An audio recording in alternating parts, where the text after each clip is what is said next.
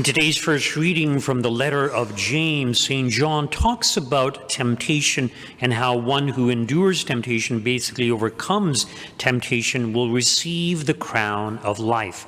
Now, the reality is that we are all tempted, and temptation comes to us from different sources, but as St. James points out, it's really from within. In other words, if there wasn't something that we desired, we couldn't be tempted by it.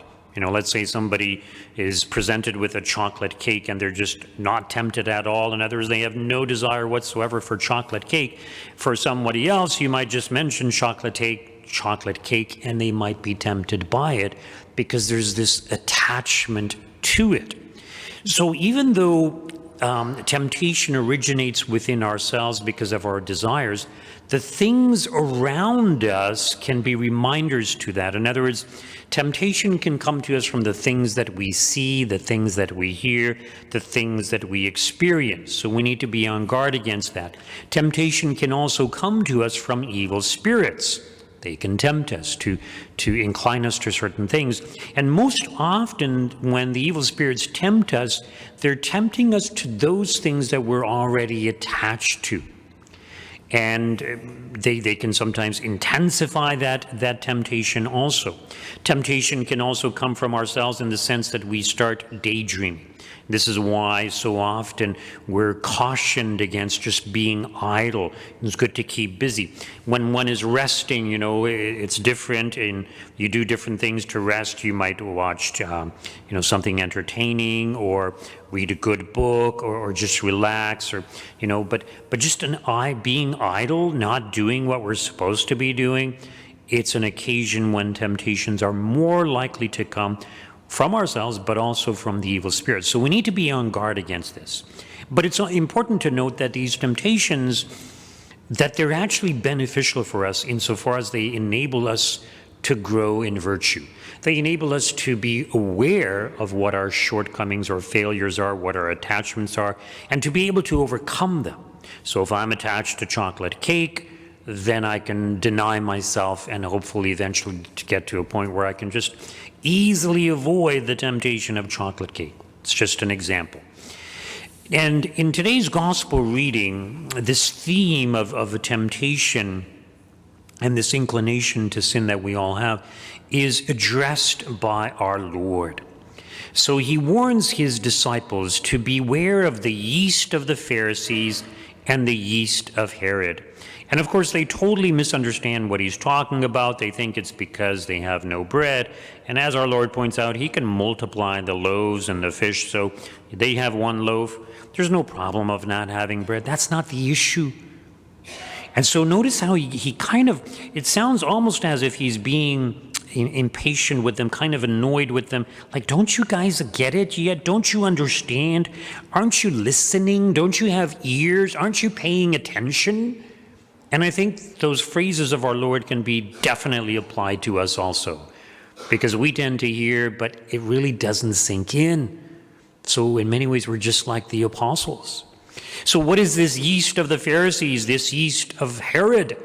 Well, yeast is something that causes the dough to rise. So the yeast of Herod and the yeast of the Pharisees is pride.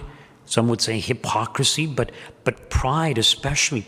And the interesting thing about pride is that we're all prone to pride, whether we realize it or not. We are all guilty of the sin of pride. And part of the reason for that is because we're created in the image of God. We have a sense of eternity. We have a sense of our greatness. Not just because we might be intelligent or have certain talents or capabilities, simply because of who we are as a human being created in the image of God. We have this sense of that we are something great. We have a conscious awareness of ourselves. And this inclines us to pride. And usually when we are proud, we tend to look down upon others. We tend to be very critical of others, sometimes even with a condemning kind of attitude, like that person is just so bad, and I would never be like that. And we just look down upon them. This is our pride. And as we think we're so good, we think we're so capable, that we would never be like that. Recall how various saints, St. Philip Neri in particular, when he saw a public sinner, let's say like a prostitute or a public drunk, he would say, "There go I, but for the grace of God. There go I, but for the grace of God." In other words, I am capable of being just like that person. It's only because of the grace of God, the blessings that God has given me, which would include, maybe having good parents. All these things prevent me from being that way, but I'm capable of that. In other words, they are humble. They acknowledge that they are capable of very great sins. And this is the reality for each one of us. We're capable of being a public sinner, of being a prostitute or a drunk or whatever you want to call someone, who's very far from God. We're all capable of being that way.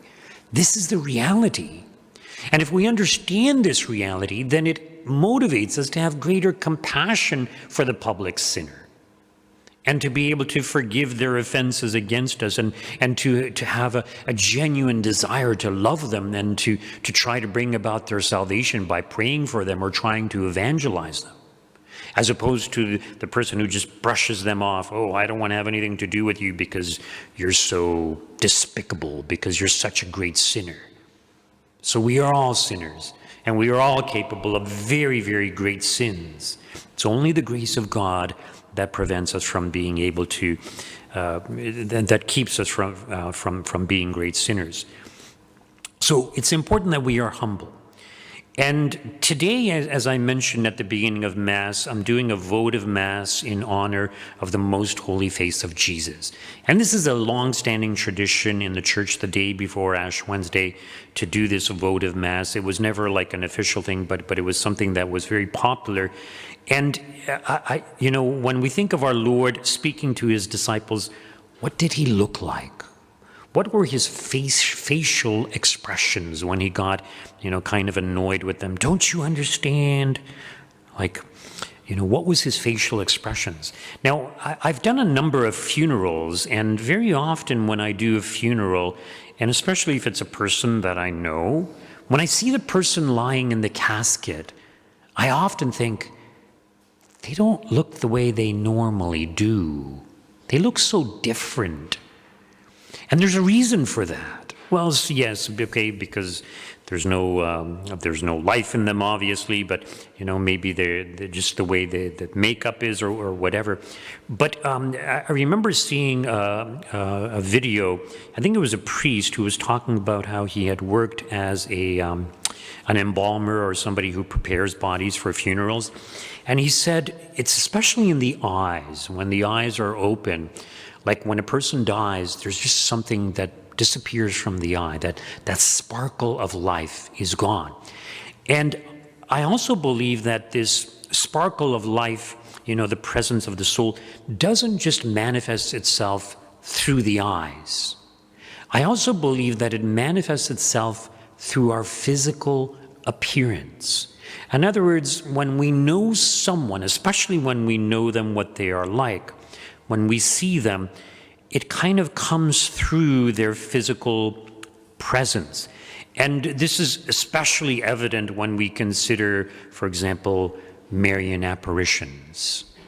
So, in other words, when Our Lady appears to certain individuals, I'm sure she's very beautiful, physically beautiful, but what also radiates from her physical appearance is the sanctity of her being, the holiness of her being, the grandeur of her being as a chosen vessel of God.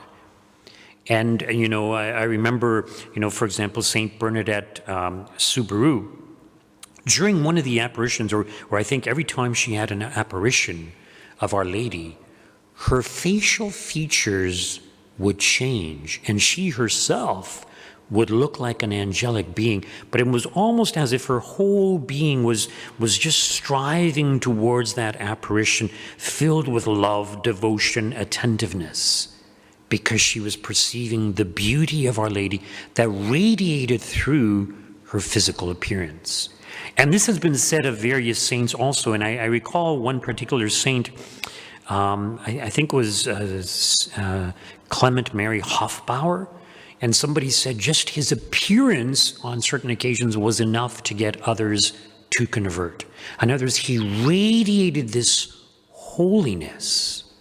Now think of our Lord and think of his face and think of looking into his eyes, the beauty of his eyes, that beautiful sparkle in his eyes, and imagine him looking at you with great love. And imagine his goodness, his holiness radiating out towards you in particular, loving you. And there's a passage where the young man, the rich young man, in one of the Gospels, it mentions that our Lord looked at him lovingly. So imagine our Lord looking at us lovingly. So this beautiful image of our Lord's face, and he's totally innocent. He's totally without sin. He has only love and compassion for us. And this beautiful face of our Lord is battered and bruised, and they pull out his beard and they crown him with thorns. Imagine the tears from his eyes, the blood from his nose, and the sweat on his brow, and imagine all these things. So it's good for us to meditate on the face of our Lord. During the season of Lent, one of the things that we are called to do is to meditate on the passion of our Lord, his sufferings. But it's important that we understand who the person is who is the one who is suffering. And by looking at our Lord's face, meditating on his face, can help us to do that. And God, in his great wisdom, has even given us the Shroud of Turin with the image of our Lord's entire body on it, but in particular his face. Now his eyes are closed, of course, and is it the dead body of our Lord that is being manifest? The investigators of the Shroud of Turin point out that the image on the shroud is mysterious for many, many reasons, not just how it got on there, but they say that it's our Lord while he is resurrecting, and they can actually discern movement. So, for example, there's images of his arm in different stages of movement on the Shroud of Turin. So, in other words, it's the live Jesus. Now, of course, we don't capture his spirit. His eyes are not open. His eyes are not sparkling. But nevertheless, looking at the face of our Lord, as we have here behind the altar, can be a great source for us to meditate on our Lord. And what some people have pointed out is that, this is the image of a crucified man. And normally, someone who dies in this utter agony, they would not radiate that kind of peace that is present on the face on the Shroud of Turin. So in other words, when you look at this face of our Lord, it's very calming, it's very peaceful, even though our Lord's soul or his spirit is not there. It's just, a very rough image, we might say. So it's good for us to do this, and I encourage you to do this throughout the entire season of Lent, especially as we focus on the passion of our Lord. Keep in mind, it's a person that suffers, and it's through the face that we most especially know who that person is. And so let us meditate on the face of our Lord.